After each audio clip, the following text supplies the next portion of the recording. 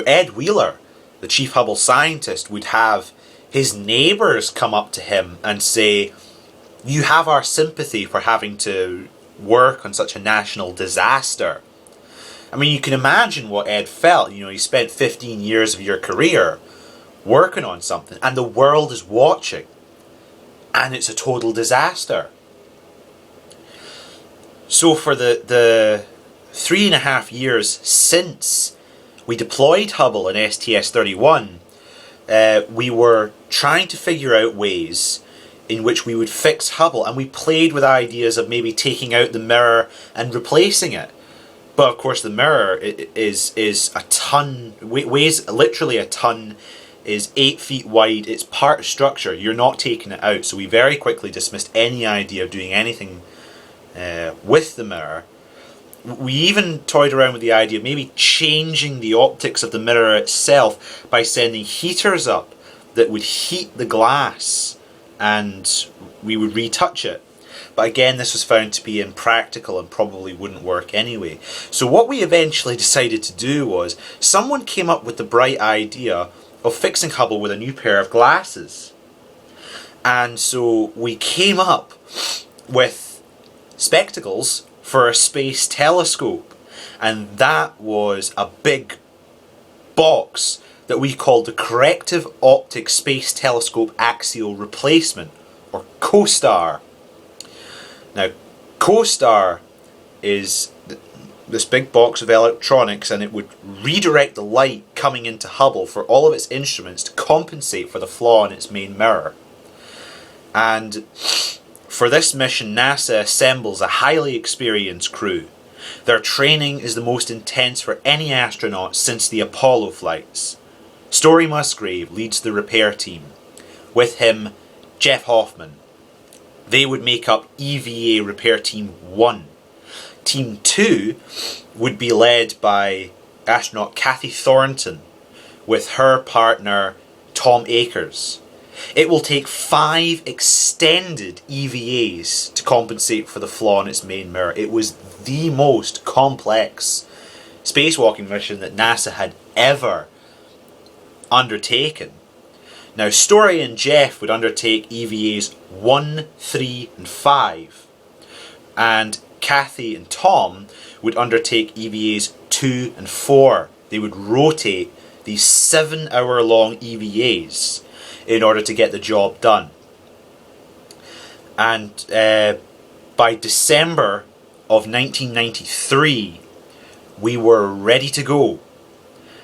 So we load up Endeavour with all of this kit that we had assembled to both repair Hubble with COSTAR and also to upgrade Hubble with WIFPIC and a few new, two new solar panels. December 2nd, 1993, Endeavour is on the pad and ready to go to blast off in the middle of the night. And Daniel Golden, who was the then administrator of NASA, delivers a personal message to the crew. To Dick Covey, who's mission commander, who was the Capcom during the Challenger accident. And Daniel Golden radios the crew and says, "Guys, NASA's future is on the line and you're responsible." Well, what do you say that? Yes, sir. So, it was true that NASA is in trouble. NASA, if you're unable to meet mission objectives, then there's a good chance that future funding and support is going to be very difficult to come by. And this is a $1.5 billion mission objective that we hadn't done quite properly.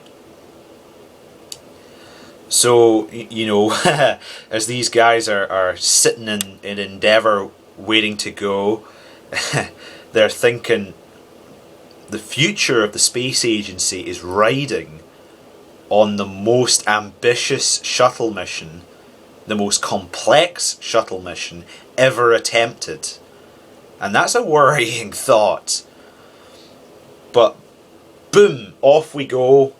up into space. Endeavour lights up the night sky in Florida as she goes up, and again burns 2,000 tons of fuel to reach this maximum altitude of 370 miles above the Earth. And travelling at 17,500 miles an hour, it will take Endeavour over 2 days to catch up to the telescope. And as we start to get closer, as we start to get within 110 miles of Hubble, it starts out as just a point of light, off in the distance. And in every orbit, it gets brighter and brighter and brighter. Jeff said he likes to use binoculars up there. He puts the binoculars up to the window and he says, "Oh wow, I can really pick up the solar panels." And now it's getting bigger and bigger and bigger. Wow, that is big. Hubble is 14 feet long and 40 feet wide with a mass of 24,000 pounds. It's the size of a city bus. And all of a sudden, we were just 20 feet away from Hubble, with Endeavour right above it, upside down, so that the cargo bay was over. And then astronaut Claude Nicollier, French astronaut, extends the shuttle's robotic arm and plucks the massive telescope out of the sky and brings her down into its berther. Boom! Right down she goes, and then suddenly we had a telescope sitting in the bay. and Dick Covey said, "Hey Houston, we have a firm handshake with the troublesome telescope," and we say, "We copy that, Covey. We got smiles galore down here." We said, "Great work up there, you guys." But it only gets harder from here. Every day for the next 5 days, the crew will have to perform a 7-hour EVA. So Jeff Hoffman and Story Musgrave suit up for their first. Their first EVA targets Hubble's faulty guidance system, which had been damaged during launch. Hubble has 6 gyroscopes, which control her attitude. When we're looking at something that's light years away, we need it to be very, very accurate in terms of its positioning and staying still. So we need 6 gyroscopes to keep her very steady. Well, 4 of these 6 gyroscopes had broken. So we brought up 4 replacements that Jeff and Story would spend this first EVA replacing. And getting ready for a spacewalk takes a lot of time. It takes a good hour and a half, 2 hours. Space is a very, very unforgiving environment. It's unforgiving of mechanical failures. It's unforgiving of human error. And if your spacesuit springs a leak, you could have a very bad day. We close the inner airlock hatch, and then it's just Story and Jeff on their own, and we're ready to go to work. It's showtime. So we get out there, and it's daylight outside, so they put their gold visors down.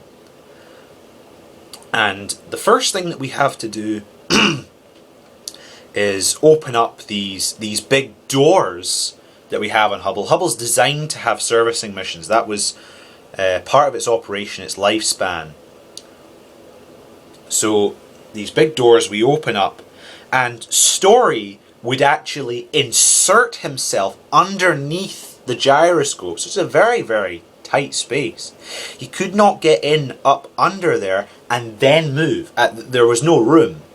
And so Jeff grabbed him by the boots and he fed Story up inside the telescope, and then took the gyroscopes as Story removed them one by one. Very, very delicate procedure. You have to be very, very careful of debris, contamination. So there's a lot of constraints on what these guys are doing. And come hell or high water, we had to go get this done. We did not want to do that first spacewalk and leave anything undone.